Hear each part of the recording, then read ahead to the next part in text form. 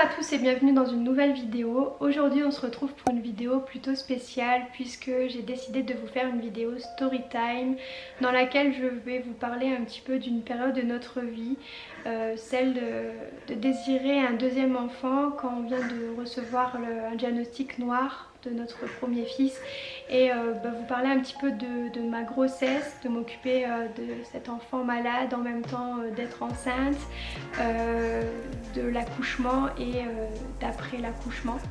Voilà, c'est un petit peu ça que j'ai envie de vous retranscrire aujourd'hui. Et c'est vraiment important pour moi de me confier aujourd'hui à vous sur cette histoire et je suis vraiment contente de partager ça avec vous. En juin 2015, on nous annonce une terrible nouvelle. Notre premier enfant, Eden, qui a à cette époque 1 an, on nous annonce que notre petit garçon est atteint d'une maladie incurable, une maladie mortelle et qu'il ne vivrait pas plus de 24 mois. On nous dit que ses symptômes sont très graves et que ça va aller très vite et il va dégénérer rapidement, il va perdre beaucoup de choses et malheureusement décédera des conséquences de cette maladie. On nous explique aussi que c'est une maladie génétique et que voilà, on aura des difficultés à venir à avoir un enfant en bonne santé. En tout cas, ça prendrait peut-être plus de temps qu'un couple n'ayant pas ces soucis-là. On nous explique qu'on est tous les deux porteurs d'un gène qui donne la maladie de Crabbe. Moi et Romain, on est porteurs sains de la maladie de Crabbe et on a un risque sur 4 de retransmettre ce gène à notre prochain enfant. Très rapidement, après l'annonce de ce diagnostic, avec Romain, on en discute et pour nous, on a ce genre de réflexe de survie parce qu'on a réellement envie d'avoir notre deuxième enfant très rapidement après le diagnostic. Ça peut paraître fou, bizarre, mais pour nous ça a été réellement un réflexe de survie. On avait besoin de donner naissance à notre enfant en bonne santé, de s'accrocher à la vie et de continuer de vivre.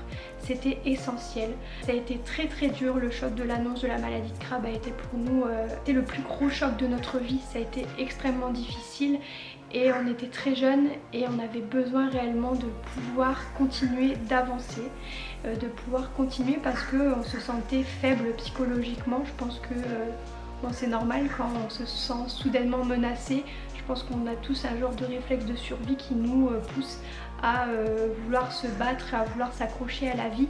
Et nous, c'était essentiel pour nous, réellement. Et ça nous a clairement, je pense, sauvé. Ça nous a permis de rebondir, de s'accrocher et de continuer à aimer la vie. Donc très rapidement, on prend rendez-vous avec un médecin généticien pour qu'il nous parle un petit peu de tout ça. Donc il nous explique qu'on a un risque sur 4 d'avoir un enfant touché par cette maladie, mais qu'il existe des tests pendant la grossesse, donc pendant le premier trimestre, qui permet de déterminer si l'enfant sera porteur ou non de la maladie. Donc il y a plusieurs solutions. Donc si l'enfant est porteur de la maladie, on peut quand même lui donner naissance et lui le faire greffer. C'est un des traitements de la maladie de Crabbe qui est possible avant les premiers symptômes, et ça peut être possible uniquement s'il y a un deuxième enfant dans une fratrie où le premier est touché. Dans ces conditions, pour nous c'était inconcevable de donner naissance à un autre enfant et de passer par la case greffe. C'était pas possible. Voilà, pour nous la solution, si on avait un enfant naturellement et qui serait touché par la maladie de Crabbe, ça serait de passer par un IVG, donc de faire partir le bébé pour ne pas donner naissance une seconde fois à un enfant porteur de cette maladie. On avait une autre solution aussi, c'était de passer par la FIV génétique, c'est-à-dire de passer par quelque chose d'artificiel où on vient directement me mettre des embryons sains pour pouvoir donner naissance à un bébé en bonne santé. Sauf que pour nous, dans notre cas, notre but c'était de donner naissance à un enfant qui pourrait partager des choses avec Eden, parce qu'on avait besoin de se créer des souvenirs, de créer notre fratrie, de faire ce qu'on avait envie de faire, de pouvoir voir Eden s'éveiller, pouvoir être stimulé, de pouvoir avoir des souvenirs de nos 2 enfants ensemble, des photos de famille.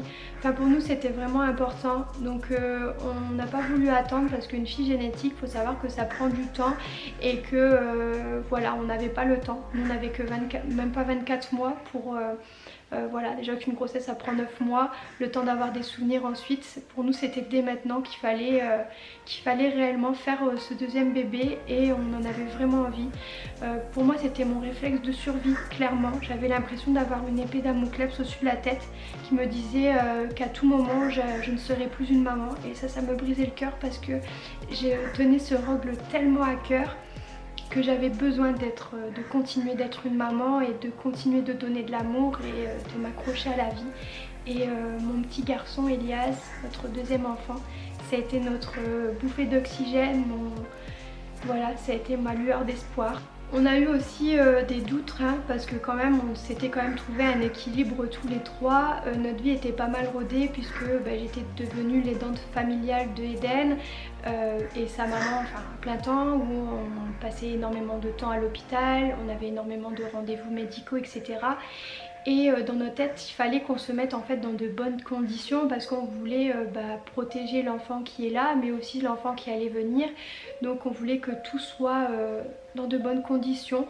Voilà, ça a été une période assez difficile parce que on avait cette envie folle de donner naissance à ce bébé et je voulais vraiment continuer à être une maman et le rester. Et cette envie aussi de continuer d'apporter le meilleur à Eden. En fait on a essayé de trouver un peu notre balance pour pouvoir se mettre dans de bonnes conditions, d'être sûr de pouvoir être assez fort pour pouvoir subvenir aux besoins des deux enfants. Et ça a été très rapide, tout de suite je me suis sentie réellement capable d'affronter tout ça et de me battre pour finalement réaliser mes rêves. Donc voilà, j'arrête ma contraception et j'apprends, voilà, ça a été très rapide, je tombe enceinte très très facilement. On a décidé de passer par la solution naturelle. Donc voilà, je fais le test de grossesse, je vois le petit plus. Je suis surexcitée mais en même temps j'ai cette sorte de barrière psychologique qui me dit ok Morgane, tu peux pas t'attacher à cette grossesse, tu peux pas t'attacher à cet enfant parce que voilà, va falloir que tu attendes les résultats du diagnostic pour cette grossesse, de savoir s'il est en bonne santé. Et voilà, parce que c'était difficile, je voulais pas m'attacher à ce bébé et de peur que finalement ce rêve s'arrête puisqu'il sera atteint de la maladie. Donc voilà, ça a été quelque chose d'assez difficile pendant ce temps. Comme c'était très peu de temps après le diagnostic de la maladie de Eden, j'ai été réellement en osmose avec lui faire ses soins. Voilà, j'étais vraiment très dans mon objectif de faire évoluer Eden. On cherchait énormément de solutions pour lui, de l'accompagner à ses rendez-vous. Voilà, j'arrivais pas à quitter Eden une seconde des yeux, je pouvais plus. Romain me disait de sortir m'aérer, etc. avec des amis et tout ça, et parfois si je partais, en fait j'avais une genre de boule d'angoisse qui me prenait, la boule au ventre, et j'arrivais plus du tout à ce moment-là à me séparer de Eden. Et vraiment à ce moment-là, en fait, les semaines nous semblent quasiment être des mois en attendant de savoir si l'être que je portais était lui aussi atteint par la maladie de Crabbe. J'avais que ça en tête chaque jour, ça devenait hyper difficile psychologiquement. Il y avait une genre de barrière de protection qui s'était installée. Je me disais que je devais pas m'attacher, que je dois rien prévoir, rien imaginer parce que je savais que je risquais d'être déçue et d'être anéantie, voilà, de savoir que ce deuxième bébé serait malade. Et en plus de jour en jour le ciel s'assombrissait parce que Eden dégénérait. Il commençait à perdre peu à peu ses facultés motrices, perdre peu à peu sa déglutition, sa vue. C'était devenu de plus en plus dur, les nuits étaient de plus en plus courtes. Voilà, on avait vraiment peur que notre rêve ne se réalise pas et que nos deux enfants n'aient pas le temps finalement de vivre des choses ensemble. À cette période de ma vie, je ne dors plus, je suis constamment en mode survie. J'ai la peur au ventre de voir Eden s'envoler, j'ai la peur au ventre de découvrir que l'enfant que je porte est lui aussi d'atteindre cette maladie. C'est vraiment très bizarre d'être enjouée d'une grossesse. À ce moment-là, la sensation que c'est que j'ai un enfant dans mon ventre mais que je ne peux pas être en connexion avec lui. Voilà, c'est difficile d'être enjoué dans une telle situation. Ça a été réellement compliqué, on a vraiment eu peur. On avait tellement envie de cet enfant parce que c'était un moyen de s'accrocher à la vie, mais en même temps on avait peur parce que il y avait toutes sortes d'émotions qui se croisaient et voilà, ça a été psychologiquement une très très grosse période de nos vies. Donc une fois que le gynécologue a confirmé la grossesse, on a pris rendez-vous, on a eu un rendez-vous pour programmer en fait l'examen pendant la grossesse pour déterminer si le fœtus était porteur de la maladie. Donc on programme l'examen, on nous explique toutes les possibilités. Il y avait le risque à la fois que la grossesse n'aboutisse pas dû à la maladie de Crabbe et que la grossesse n'aboutisse pas aussi dû à une fausse couche, puisque ce n'est pas un geste anodin, c'est quand même un geste chirurgical. Il y a quand même des risques pendant cet examen que il y a des risques de fausse couche, donc c'était une appréhension. En plus c'est un peu l'inconnu, du coup ça m'a beaucoup stressée. Puis finalement le geste en lui-même a été assez anodin et ça n'a pas fait mal. Enfin voilà, ça a été assez rapide et finalement ça s'est super bien passé.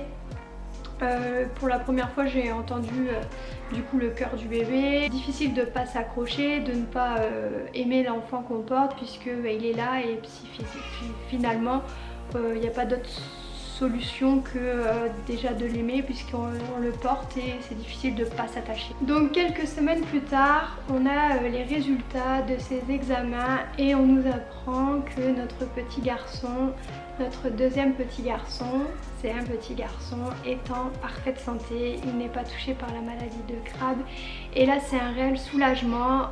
On est extrêmement heureux, c'est notre petit garçon déjà, notre balance d'émotions, c'est celui qui va nous faire qu'on va s'accrocher à la vie, c'est le petit frère d'Eden et voilà, ça a été déjà tout de suite une émotion très grande, même si j'ai pas eu le temps de profiter énormément de ma grossesse parce qu'il faut savoir qu'entre temps, puisque j'étais vraiment très impliquée aussi pour Eden parce que mon objectif c'était clairement de sauver mon petit garçon et de faire que ma famille puisse s'agrandir mais puisse perdurer dans le temps. Et du coup on a trouvé une solution au Québec, donc on a fait une levée de fonds etc.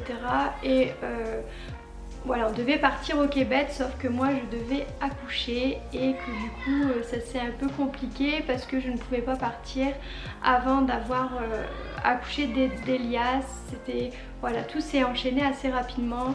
Il y a eu pas mal de petites complications aussi parce que du coup à ce moment-là, quand on a découvert la thérapie québécoise, on a commencé à médiatiser notre histoire. Et en fait moi j'en avais pas parlé de ma grossesse, j'en ai parlé qu'aux gens très très proches, nos familles etc. Et il y avait très très peu de personnes au courant. Et il faut savoir que pendant ma grossesse j'ai pris très très peu de poids, entre 7 et 8 kilos, et ça se voyait quasiment pas. Ça s'est vu vraiment une semaine avant d'accoucher, mon ventre. Bon j'avais un petit ventre mais petit ventre... À 8 mois j'avais un petit ventre, on aurait dit une femme enceinte de 3 mois quoi, tellement mon ventre était petit. Mais j'avais cette sorte je pense de barrière psychologique qui a fait en sorte que j'étais enceinte, j'étais heureuse de ma grossesse, mais en même temps voilà, du fait que notre histoire a été aussi médiatisée, j'avais peur du jugement des gens parce que faut savoir qu'on est très jeune etc. Et voilà, j'avais déjà entendu parce que forcément quand on se rendait sur les événements pour l'association etc. Que des gens apercevaient mon ventre etc. Il y avait déjà un peu de cancanage, on disait un enfant qui est malade, elle pense déjà en faire un autre, son fils n'est pas encore mort qu'elle en fait un autre, enfin des choses extrêmement dures à entendre, ce qui fait que on avait fait le choix de ne pas en parler pour nous, pour se préserver et voilà, pour se sentir bien. Et en fait la pression médiatique était vraiment forte parce que voilà, ça a été essentiel pour Eden, pour son combat, mais pour nous ça a été un peu compliqué aussi parce que du coup on a dû beaucoup partager de notre vie personnelle. À ce moment-là on n'avait pas forcément envie de partager autant, on le faisait parce qu'on était obligé, parce qu'on avait besoin de partir au Québec et de faire cette thérapie qui a fait en sorte qu'aujourd'hui Eden a la vie prolongée. Mais voilà, j'avais beaucoup de mal et en fait il y a une journaliste qui était venue pour l'émission Toute une histoire qui à l'époque a vu que j'étais enceinte. Elle a vu mon ventre et en fait ils ont énormément insisté pour que j'annonce cette grossesse dans une émission. Faut savoir que nous on était déjà très suivis médiatiquement dans la région et que voilà, c'était déjà c'est très fort, on sortait dans la rue, si on croisait 3 personnes, on se faisait arrêter sans arrêt, enfin c'était hyper gentil, mais voilà, juste pour préciser que l'élan médiatique était très fort parce que du coup les gens s'étaient pris vraiment d'affection pour Eden, qui nous a énormément touchés, mais parfois ça pouvait être pas facile. Et du coup en fait on s'est senti un peu obligé d'annoncer cette grossesse sur un plateau télévisé et ça n'a pas été simple parce que moi j'en avais pas du tout envie et puis finalement ça nous a un peu aidé parce que j'ai pu m'exprimer à ce sujet et ça a été plutôt bien perçu finalement, même si on a eu pas mal de critiques par la suite, mais voilà, ça a été une minorité, les gens ont pour la plupart compris la démarche d'avoir un deuxième bébé et voilà, et puis finalement après je me suis aussi forgé un caractère, je me suis aussi voilà, j'ai évolué aussi avec le temps et j'en avais plus rien à faire de ce que pensaient les gens, etc.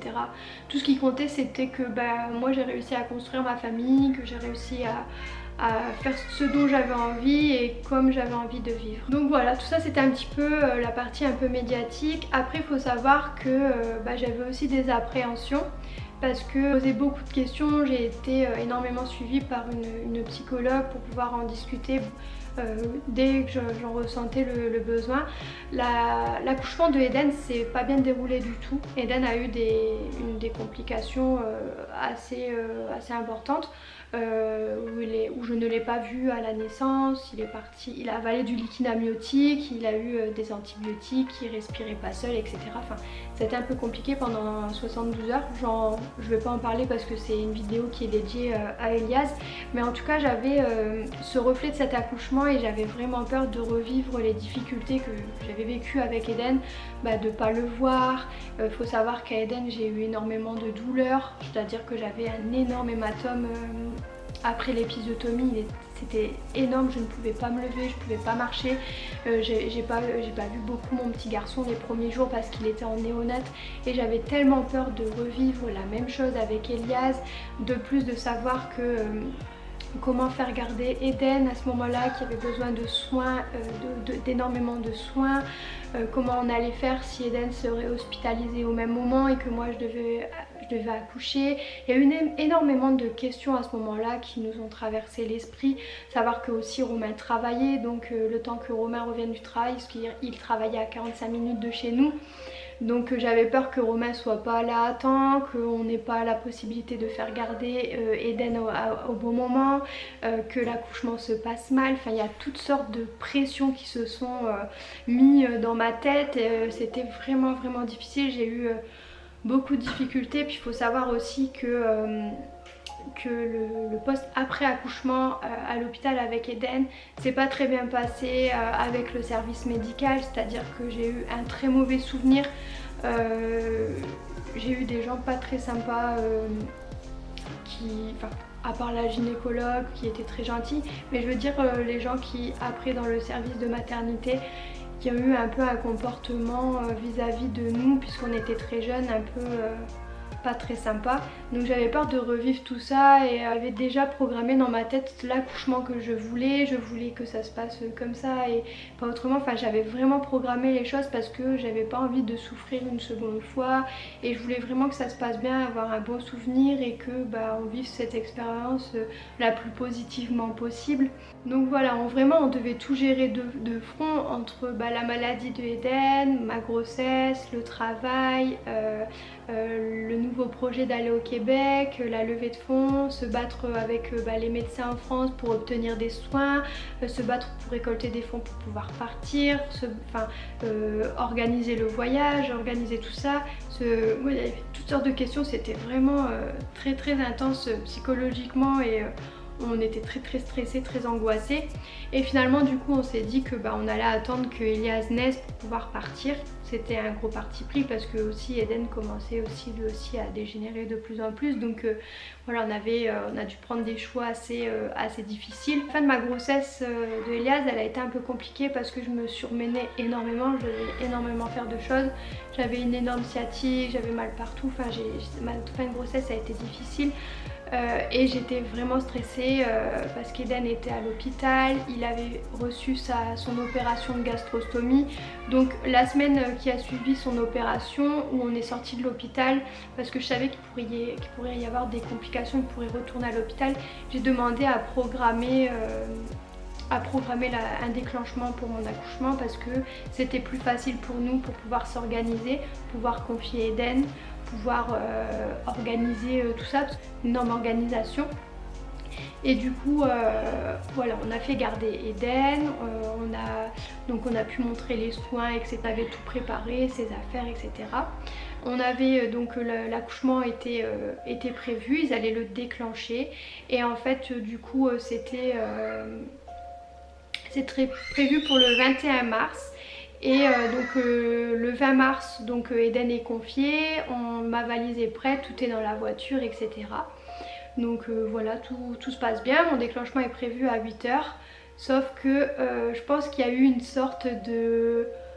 que psychologiquement il y a eu quelque chose qui s'est déclenché parce que finalement je n'ai pas eu à déclencher mon accouchement parce qu'il s'est déclenché naturellement dans la nuit. Elias a décidé d'arriver naturellement finalement donc moi j'étais libérée parce que je savais qu'Eden était confié, qu'il était entre de bonnes mains, donc je savais que tout allait bien se passer, qu'il était plutôt dans une bonne phase, donc je savais que ça allait. Je savais que Romain était avec moi du coup parce qu'il avait pris sa journée, puis il savait que c'était le déclenchement, donc il avait déjà pris sa journée, etc. Il avait prévenu son boulot, donc finalement tout s'était bien agencé, ça s'est bien déroulé parce qu'on savait que c'était déclenché. Finalement il est arrivé naturellement, c'est à dire que en pleine nuit j'ai des contractions, je commence à avoir des contractions hyper régulières, donc je me prépare, on se lève, etc. On arrive à la maternité vers 6 h. Donc la sage-femme m'ausculte, je suis ouverte à 2 doigts. Mais le bébé n'est pas bien placé dans le passage en fait, du coup elle me demande de me mettre dans une position un peu spéciale pour faire le passage du bébé pour qu'il se mette bien, je crois que je sais plus exactement pourquoi. Donc finalement les contractions s'intensifient de plus en plus et j'ai de plus en plus de mal à tenir cette position. Et en fait je suis complètement à 4 pattes à tenir une position pour que voilà, la tête se passe bien dans le bassin parce qu'elle était pas correctement bien mis. Et Romain, je me rappelle de Romain comme il me dispute pour que je garde cette position et moi je suis en mal-être totale, j'ai tellement mal, j'arrive pas du tout à tenir cette position qui... Voilà, en fait le travail avançait tellement vite, on le savait pas à ce moment là parce qu'on pensait que le travail avançait pas et que c'était normal, mais en fait ça avançait tellement vite. En quelques minutes je suis passée de 2 doigts à 9 comme ça, et du coup la sage-femme entre, elle m'ausculte et elle me dit oui effectivement là va falloir passer en salle d'accouchement. Donc voilà, j'ai regardé Romain en mode t'as vu, hein, tout à l'heure tu me disputes, enfin bref, en ce moment il était pas cool, il voulait absolument que je tienne cette position, mais on pense qu'il pensait que ça avançait pas, mais finalement voilà, je souffrais pas pour rien, je faisais pas du cinéma, j'étais en train d'accoucher quoi. Donc on passe en salle d'accouchement et là ça va très vite. Ça va vraiment très vite. Il me pose la péridurale quand même, heureusement parce que j'ai eu une épisiotomie, donc elle est mieux. Mais elle n'a pas beaucoup fait effet en fait. J'ai senti énormément de choses de mon accouchement, ce que je voulais puisque je n'avais rien senti à Eden parce qu'il m'avait mis, j'avais énormément de doses de la péridurale, je ne sentais plus rien de mon accouchement et je pense ça a aussi joué en la défaveur d'Eden à ce moment-là. Donc j'ai vraiment essayé de contrôler ma douleur et tout ça, et du coup j'avais eu qu'une toute petite dose pour juste voilà, j'ai senti quand ils m'ont recousu et tout après pour l'épisio un peu, donc pour vous dire Donc voilà, en quelques poussées, Elias est là, ils me le mettent dans les bras, il est avec moi, il va bien. C'est un beau bébé, il pèse 3,8 kg pour 50 cm. Voilà, c'est vraiment un petit bébé bonheur. On est tous les trois, on profite intensément. J'ai le droit à tous ces moments de partage que j'avais pas eu avec Eden parce qu'il est parti directement en néonat. Cet accouchement s'est très bien passé, tout a été comme je le voulais, tout s'est bien organisé, tout s'est bien déroulé. Voilà, à la naissance on redemande de faire des tests à Elias pour savoir si, pour confirmer qu'il n'est pas porteur de la maladie de Crabbe. Les tests sont faits, c'est confirmé, il n'est pas malade. Le séjour se passe bien, tout se passe très bien. Le jour même, il y a Eden qui vient voir son petit frère et en fait on lui avait mis un peu dans les bras d'une certaine façon et dès le début Eden riait encore un peu, il s'est mis à sourire et j'ai cette image dans la tête qui me revient. Eden était tout souriant et juste pour ça, juste pour ce moment là précisément, à ce moment là je suis tellement fière de tout ce chemin parcouru, de toutes les décisions qu'on a prises parce que quand je revois ce tableau là de mon petit bonhomme qui sourit aux éclats, qui comprend qu'il a un petit frère, que notre famille est autant réunie et que finalement on a réussi. Voilà, je suis émue en vous racontant tout ça parce que j'ai vraiment une grande admiration en tout ce qu'on a réussi à accomplir et je suis fière de nous, je suis fière de ce qu'on a construit et je suis fière de mes deux enfants, je suis fière de ce petit garçon Elias qui de jour en jour s'accomplit et qui développe une forme de tolérance incroyable. À l'heure actuelle, voilà, c'est lui, il prend soin d'Eden, il vient lui essuyer la petite bave, s'il a de la bave qui coule, il lui amène des jeux, voilà, puis ça c'est... Voilà, tout s'est très bien déroulé et on a eu une belle étoile au-dessus de notre tête qui était là pour nous soutenir et je remercie le ciel de nous avoir, j'ai tellement prié aussi et voilà, juste merci de m'avoir permise d'avoir un deuxième bébé et de m'avoir donné une belle lueur d'espoir pour Eden puisque finalement il y a tout qui s'est enchaîné. On a appris qu'on allait devenir parents, qu'il était en bonne santé. On a appris qu'on a découvert une thérapie au Québec. On a pu monter notre association, faire des levées de fonds pour pouvoir partir. Ensuite, après l'accouchement, Elias avait 2 mois. On s'envole pour le Québec et on commence les thérapies de soins pour Eden et il y a des résultats. Voilà, tout s'est très vite enchaîné et finalement toutes les appréhensions qu'on a eues, qu'on avait, s'effacent, s'envolent parce que finalement tout s'est bien déroulé. Tout a été correctement, pourtant ça a été des sources d'angoisse énormes. Mais si Eden décède, qu'on n'a pas le temps d'aller au Québec, mais finalement est-ce que c'est pas égoïste d'avoir ce deuxième enfant et de se dire qu'il y a une solution au Québec mais qu'on ne peut pas partir tout de suite parce que j'ai mon accouchement. Enfin ça a été toutes sortes d'émotions différentes qui ont été hyper difficiles, puis en même temps c'était pas vraiment de notre faute parce que on a découvert cette thérapie alors que j'étais déjà enceinte. Enfin vraiment il y a eu toutes sortes d'émotions, ça a été je vous jure on a vécu des choses pas faciles.